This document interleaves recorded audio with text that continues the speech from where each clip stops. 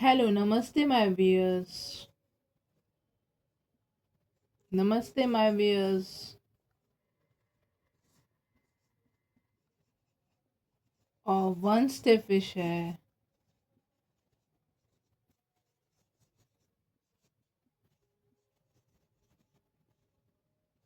English and Sanskrit grammar. Welcome to the channel one step fish English and Sanskrit grammar. So आज हम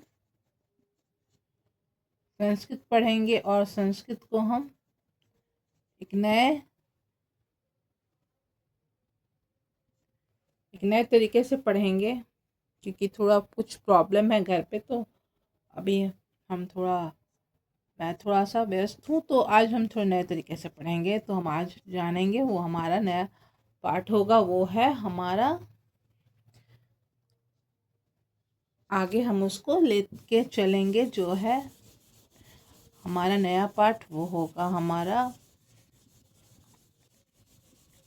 तो समय ना व्यर्थ करते हुए हम आगे उस लेके समझेंगे कि आज हम क्या पढ़ने जा रहे हैं। तो ये हम देख रहे हैं कि एक दो व्यक्ति खड़े हैं। दोनों के हाथ पे एक एक बॉल है, और इधर देख रहे हैं दो व्यक्ति खड़े हैं और उनके हाथ में एक क्या है, एक फूल है। तो फूल है, या हम उससे और अच्छे से कह सकते हैं, या गुलदस्ता है। फूलों का गुलदस्ता है,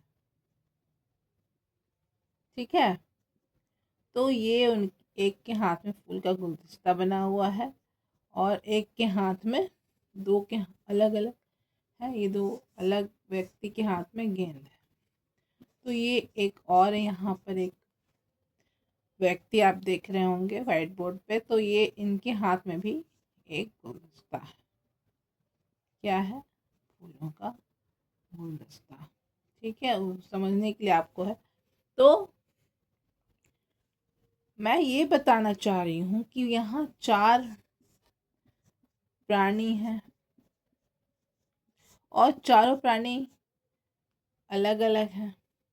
मान लीजिए इनका नाम हो गया मोहन, इनका हो गया सोहन।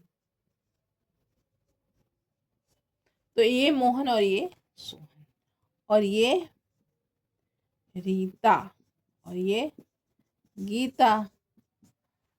और चारों प्राणी के अलग अलग गेंद, अलग अलग गुलदस्ते हैं। ये दो के पास गुलदस्ता है और दो के पास गेंद है। तो अब हम ये समझेंगे कि प्रत्येक आदमी, मतलब अलग अलग प्राणी, अलग अलग प्रत्येक आदमी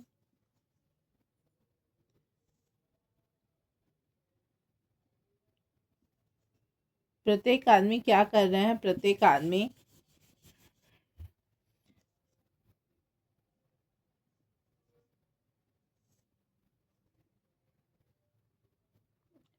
तो हम क्या समझेंगे कि प्रति जोड़ एक से क्या बना, प्रत्येक।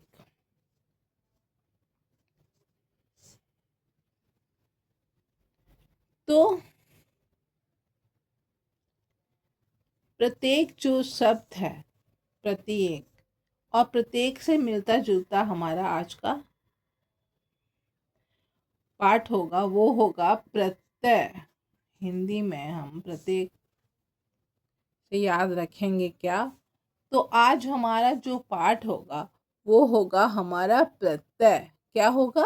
प्रत्यय। तो ये हमारा आज का नया चैप्टर है। प्रत्येक से क्या बना? तो प्रत्यय। या प्रति जोड़ एक, जोड़ तोड़ेंगे, इसे हम संधि विच्छेद करेंगे, तो क्या होगा? प्रति जोड़ एक। तो अब प्रत्यय क्या होता है? प्रत्येक आदमी या प्रत्येक प्राणी इंग्लिश में क्या कहेंगे उसको? ईच पर्सन, मतलब प्रत्येक। अब हम उसे अच्छे से समझेंगे कि प्रत्यय कैसे बनता है, क्या होता है और कहाँ जुड़ता है। उपसर्ग हमने पिछले अपने चैनल में समझा था। वो क्या था? हमारा उपसर्ग जो था वो पहले जुड़ता था, मतलब शब्द में जो विकार आता था वो पहले जुट के उसमें लाता था। जैसे अति, सुंदर, ये हो गया। तो यहाँ अति हो गया आपका उपसर्ग। तो आज हम पढ़ेंगे वो है प्रत्यय। प्रत्यय क्या होगा? प्रत्यय मतलब प से हम याद रखेंगे पीछे। प से याद रखेंगे क्या? पीछे। पीछे कहाँ जुटता है? ये शब्द, शब्द के बाद में जुटता है। शब्दों के अंत में जुटने वाले शब्द में, शब्दों के अंत में जुड़कर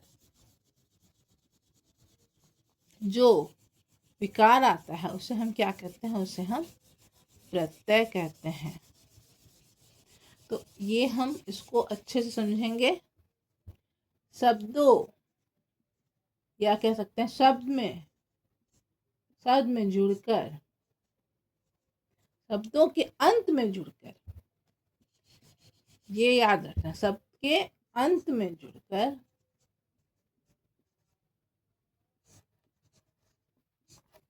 अंत में जुड़कर जो विकार आता है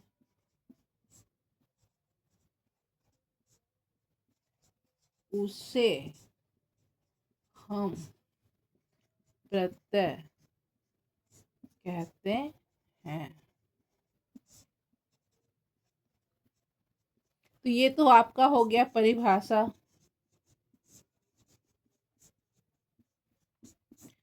मगर शब्द के अंत में जुड़कर जो विकार आता है उसे हम प्रत्यय कहते हैं। जैसे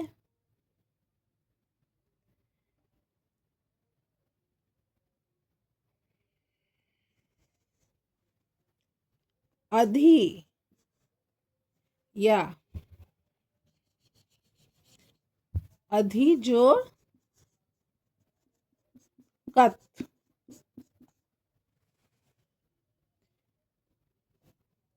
बहुत सारे इसमें हैं।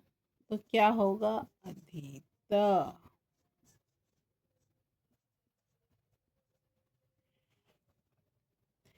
तो हम क्या समझे यहाँ पे? कत जो है ये प्रत्यय है जो शब्द के अंत में जुट रहा है, मतलब बाद में जुट रहा है, अंत में या बाद में। तो उसे क्या कहेंगे हम?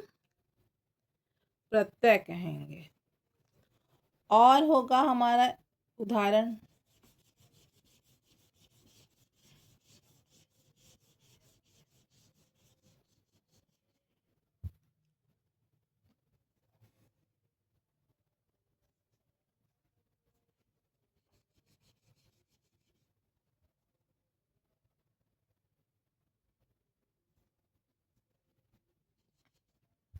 पति जोड़ कत, तो क्या होगा? पतित। और ऐसे बहुत सारे उदाहरण हैं, मैं आपको अपने डिस्क्रिप्शन में दूंगी तो आपको और अच्छे से समझ आएगा। डिस्क्रिप्शन लिंक में आपको इसका पूरा डिटेल से मिल जाएगा। अभी आपको समझना है कि शब्द में के अंत में जुटता है और उसमें विकार आता है, मतलब कुछ तरह का चेंज आता है, तो उसे हम क्या कहते हैं? उसे हम प्रत्यय कहते हैं। आपको अंत में याद रखना है, बाद में याद रखना है। प से याद रखना है, प्रत्यय हमारा पार्ट है। प से मतलब याद रखना है पीछे जुटता है, मतलब अंत में। और उपसर्ग क्या होता है? ऊपर, मतलब पहले। मेरे पहले, मेरे ऊपर कौन है? तो ये इस तरह से आपको याद रखना, वो पहले होता है और ये अंत में होता है। तो इस तरह से हम याद रखेंगे प से पीछे और ऊ से ऊपर उपसर्ग और प से पीछे, तो क्या होगा, तो ये आपका प्रत्यय हो जाएगा। इस चैप्टर को हम इस पार्ट को थोड़ा थोड़ा करके इसके रूल्स मैं आपको बताऊंगी, जो आपको याद करना होगा और मैं अच्छे से आराम से जो हो जाएगा, आराम से जो आपको याद रखना होगा हमेशा के लिए, तो उसको हम अच्छे से पढ़ेंगे बाद में और थोड़ा सा सेटलमेंट हो जाएगा मेरा। अगर थोड़ा कुछ प्रॉब्लम है तो घर पे, तो उसको लेके हम चलेंगे। तो आगे जब मैं थोड़ा सा अच्छे से डिटेल से पढ़ाऊँगी तब आपको समझ में आएगा कि हाँ रूल्स वगैरह कैसे यूज़ करते हैं, कैसे शब्द बनेगा, और अच्छे से इसको डिटेल्स में बस इतना याद रखना है। ये संज्ञा और सर्वनाम शब्द के पीछे जुड़ के जो विकार लाता है या शब्द के अंत में जो जुड़कर जो विकार आता है उसे हम प्रत्यय कहते हैं। प से याद रखना है, प से हो गया आपका पीछे,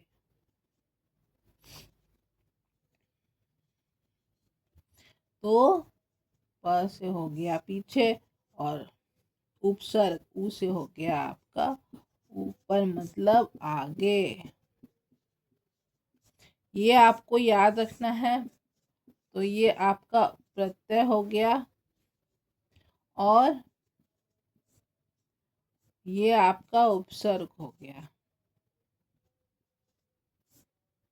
तो याद आपको ये रखना है कि ऊ से क्या बनता है, और कभी भी आपको कंफ्यूज हो या आप कंफ्यूज हैं या आप कंफ्यूजन हो तो ये याद रखिएगा प और ऊ।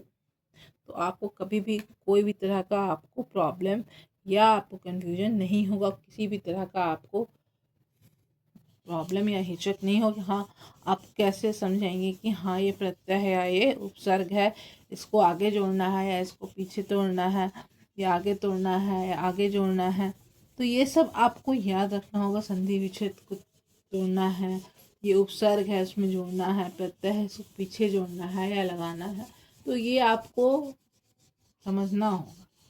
उपसर्ग क्या होता है, प्रत्यय क्या होता है, अव्यय क्या होता है, संधि विच्छेद कैसे करते हैं, ये सब छोटी छोटी चीज़ें हैं जो आपको जाननी होंगी संस्कृत में, तब हम आगे जाके हम इसको अच्छे से समझ पाएंगे। और भी इसमें है जैसे पट, सबसे आसान है, पट जोड़ कत क्या हो गया, पठित। उसी तरह गम जोड़ कत, तो क्या हो गया,